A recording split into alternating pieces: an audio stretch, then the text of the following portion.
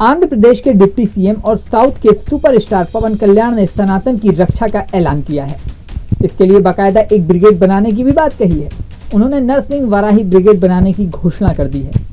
पवन कल्याण ने शनिवार को इस बारे में डिटेल में जानकारी दी। पवन कल्याण ने शनिवार को अपने एक स्पीच में कहा, मैं सभी धर्मों का सम्मान करता हूं, लेकिन मैं अपनी आस्था पर अडिग हूं।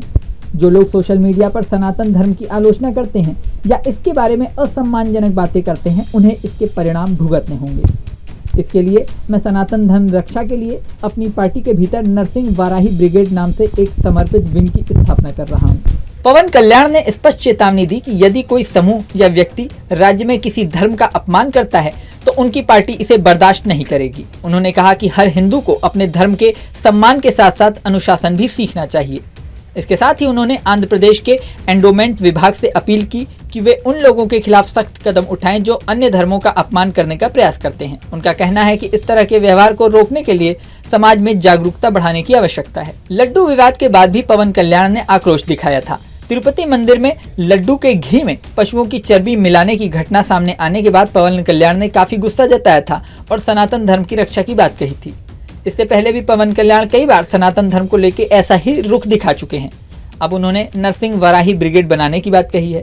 ये ब्रिगेड मुख्य रूप से आंध्र प्रदेश और तेलंगाना में काम करेगी। पवन कल्याण ने यह भी कहा है कि हिंदू मंदिरों में जाने और सनातन धर्म का पालन करते समय कुछ मूल्यों को बरकरार रखा जाना चाहिए।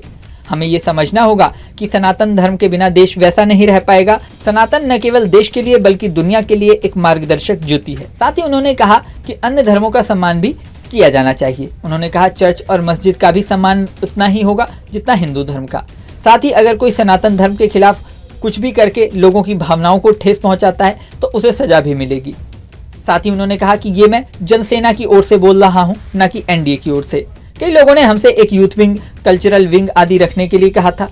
मैं इन सब के लिए लक्ष्मी नरसिंह स्वामी का आशीर्वाद लेकर घोषणा करना चाहता हूं कि हम सनातन धर्म की रक्षा के लिए एक विंग बनाएंगे।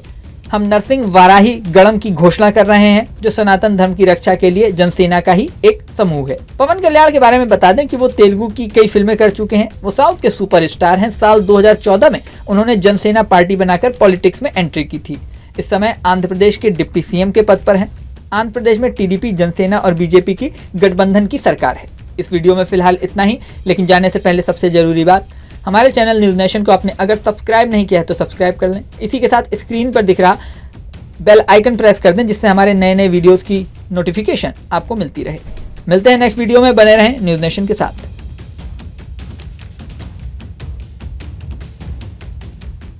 न्यूज़ नेशन अब व्हाट्सएप पर खबरों के ताजा अपडेट के लिए न्यूज़ नेशन के इस क्यूआर कोड को स्कैन करें।